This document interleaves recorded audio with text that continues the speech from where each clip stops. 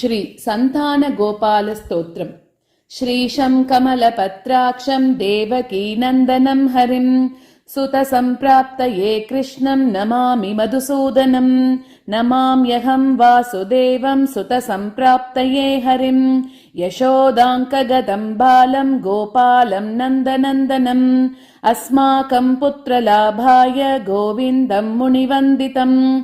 नमाम्यहं वासुदेवं देवकीनन्दनं सदा। गोपालं डिम्बकं वन्दे कमलापतिमच्युतम्। पुत्रसम्प्राप्तये कृष्णं नमामि यदुपुङ्गवम्। पुत्रकामेष्टिफलदं कञ्जाक्षं कमलापतिं देवकीनन्दनं वन्दे सुतसम्प्राप्तये मम।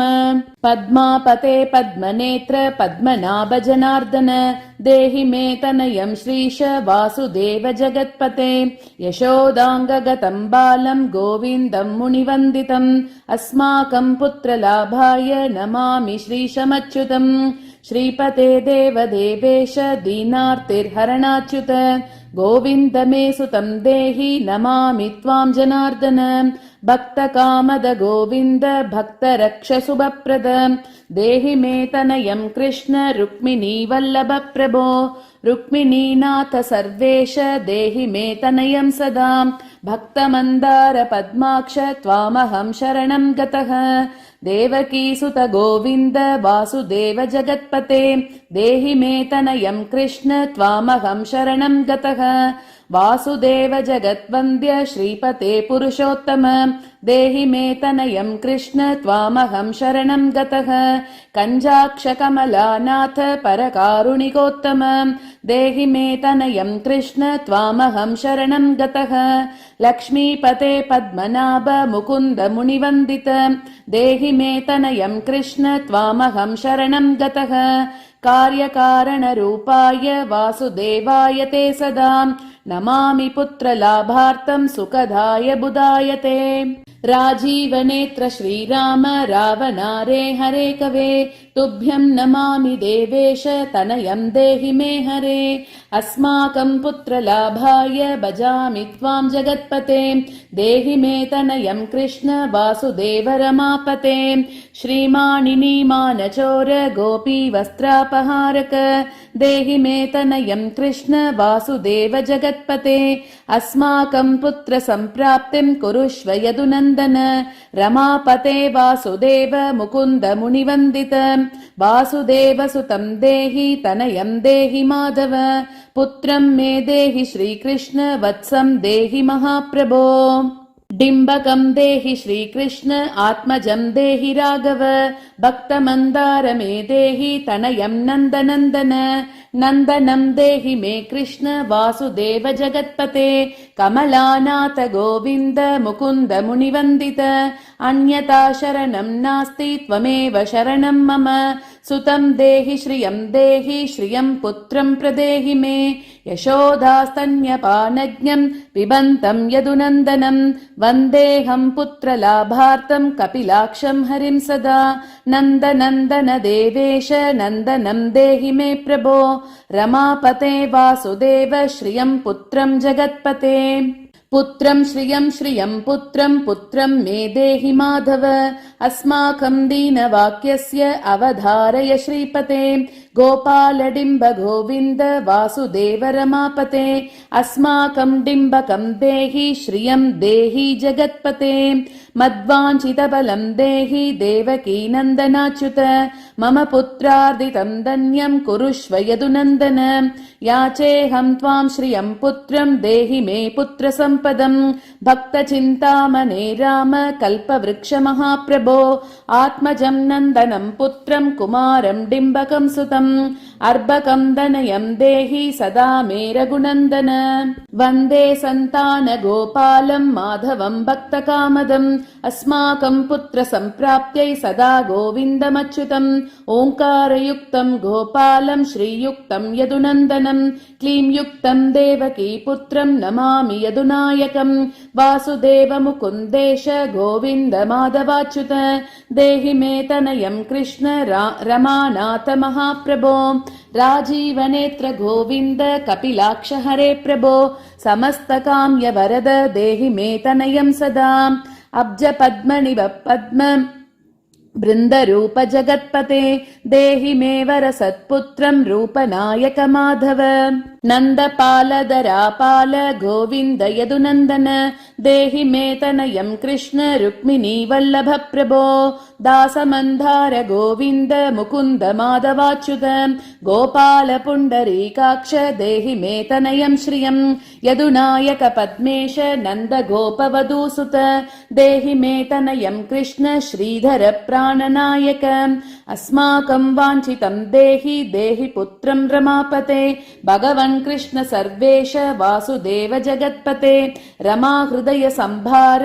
सत्यभामा मनःप्रिय देहि मे तनयं कृष्ण रुक्मिणी वल्लभ प्रभो चन्द्रसूर्याक्ष गोविन्द पुण्डरीकाक्ष माधव अस्माकं भाग्य सत्पुत्रं देहि देव जगत्पते कारुण्यरूप पद्माक्ष पद्मनाभ समर्चित देहि मे तनयं कृष्ण देवकी नन्दनन्दन देवकी सुत श्रीनाथ वासुदेव जगत्पते समस्त काम फलद देहि मे तनयं सदा भक्तमन्दार गम्भीर शङ्कराच्युत माधव देहि मे तनयं गोप भालवत्सल श्रीपते श्रीपते वासुदेवेश देवकी प्रियनन्दन भक्तमन्दार मे देहि तनयं जगतां प्रभो जगन्नाथ रमानाथ भूमिनाथ दयानिधे वासुदेवेश सर्वेश देहि मे तनयं प्रभो श्रीनाथ कमलपत्राक्ष वासुदेव जगत्पते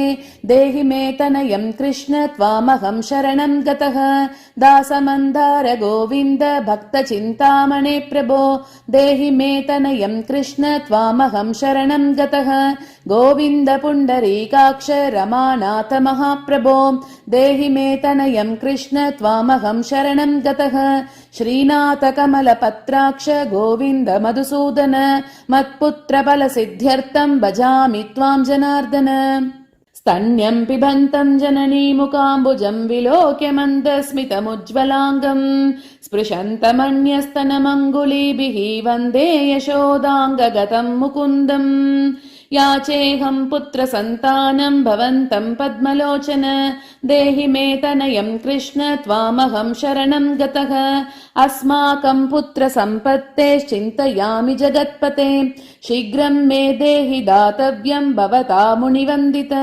वासुदेव जगन्नाथ श्रीपते पुरुषोत्तम कुरु मां पुत्र दत्तं च कृष्णदेवेन्द्र पूजित कुरु मां पुत्र दत्तं च यशोदा प्रियनन्दन मह्यं च पुत्र सन्तानं दातव्यं भवता हरे वासुदेव जगन्नाथ गोविन्द देवकी सुत देहि मे तनयं राम कौसल्या प्रियनन्दन पद्मपत्राक्ष गोविन्द विष्णो वामन माधव देहि मे तनयं सीता प्राणनायक राघव कञ्जाक्ष कृष्ण देवेन्द्र मण्डित मुनिवन्दित लक्ष्मणाग्रज श्रीराम देहि मे तनयं सदा देहि मे तनयं राम दशरथ प्रियनन्दन सीतानायक कञ्जाक्ष मुचुकुन्द वरप्रद विभीषणस्य या लङ्का प्रदत्ता भवता पुरा अस्माकं तत्प्रकारेण तनयं देहि माधव भवदीय पदाम्भोजे चिन्तयामि निरन्तरं देहि मे तनयं सीता प्राणवल्लभ राघव राममत्काम्य वरद पुत्रोत्पत्तिफलप्रद देहि मे तनयं श्रीश कमलासन वन्दित राम राघव सीतेश लक्ष्मणानुज देहि मे भाग्यवत्पुत्र सन्तानं दशरथात्मज श्रीपते देवकी गर्भ सञ्जात यशोधा प्रियनन्दन देहि मे तनयं राम कृष्ण गोपाल माधव कृष्ण माधव गोविन्द वामनाच्युत शङ्कर देहि मे तनयं श्रीश गोपबालक नायक गोपबाल महाधन्य गोविन्दाच्युत माधव देहि मे तनयं कृष्ण वासुदेव जगत्पते दिशतु दिशतु पुत्रं देवकी नन्दनोऽयं दिशतु दिशतु शीघ्रं भाग्यवत् पुत्रलाभम् दिशतु दिशतु श्रीशो राघवो रामचन्द्रो दिशतु दिशतु पुत्रं वंशविस्तारहेतोः दीयतां वासुदेवेन तनयो मत्प्रियसुतः कुमारो नन्दनः सीता नायकेन सदा मम राम राघव गोविन्द देवकी सुत माधव देहि मे तनयं श्रीश गोपबालकनायक वंशविस्तारकं पुत्रं देहि मे मधुसूदन सुतं देहि त्वामहं शरणं गतः ममाभीष्टसुतं देहि कंसारे माधवाच्युत सुतं देहि त्वामहं शरणं गतः चन्द्रार्ककल्पपर्यन्तं तनयं देहि माधव सुतं देहि त्वामहं शरणं गतः विद्यावन्तं बुद्धिमन्तं श्रीमन्तं तनयं सदा देहि मे तनयं कृष्ण देवकी नन्दन प्रभो नमामि त्वां पद्मनेत्र सुतलाभाय कामदं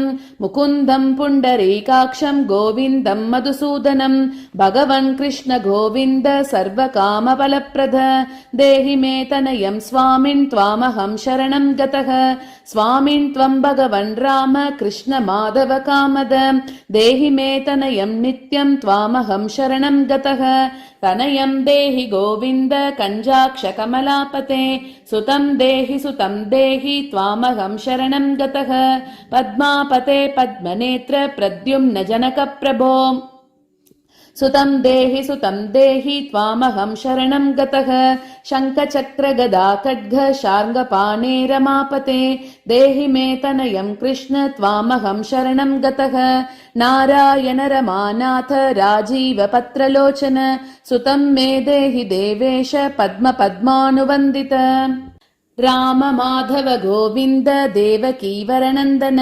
रुक्मिणीनाथ सर्वेश नारदादिसुरार्चित देवकी सुत गोविन्द वासुदेव जगत्पते देहि मे तनयं श्रीश गोपबालकनायक मुनिवन्दित गोविन्द रुक्मिणी वल्लभ प्रभो देहि मे तनयं कृष्ण त्वामहं शरणं गतः गोपिकार्जित पङ्केज मरन्धासक्त मानस देहि मे तनयं कृष्ण त्वामहं शरणं गतः रमाहृदय पङ्केज लोल माधव कामद ममाभीष्टसुतं देहि त्वामहं शरणं गतः वासुदेव रमानाथ दासानां मङ्गलप्रद देहि मे तनयं कृष्ण त्वामहं शरणं गतः कल्याणप्रद गोविन्द मुरारे मुनिवन्दित देहि मे तनयं कृष्ण त्वामहं शरणं गतः पुत्रप्रद मुकुन्देश रुक्मिणी वल्लभ प्रभो देहि मे तनयं कृष्ण त्वामहं शरणं गतः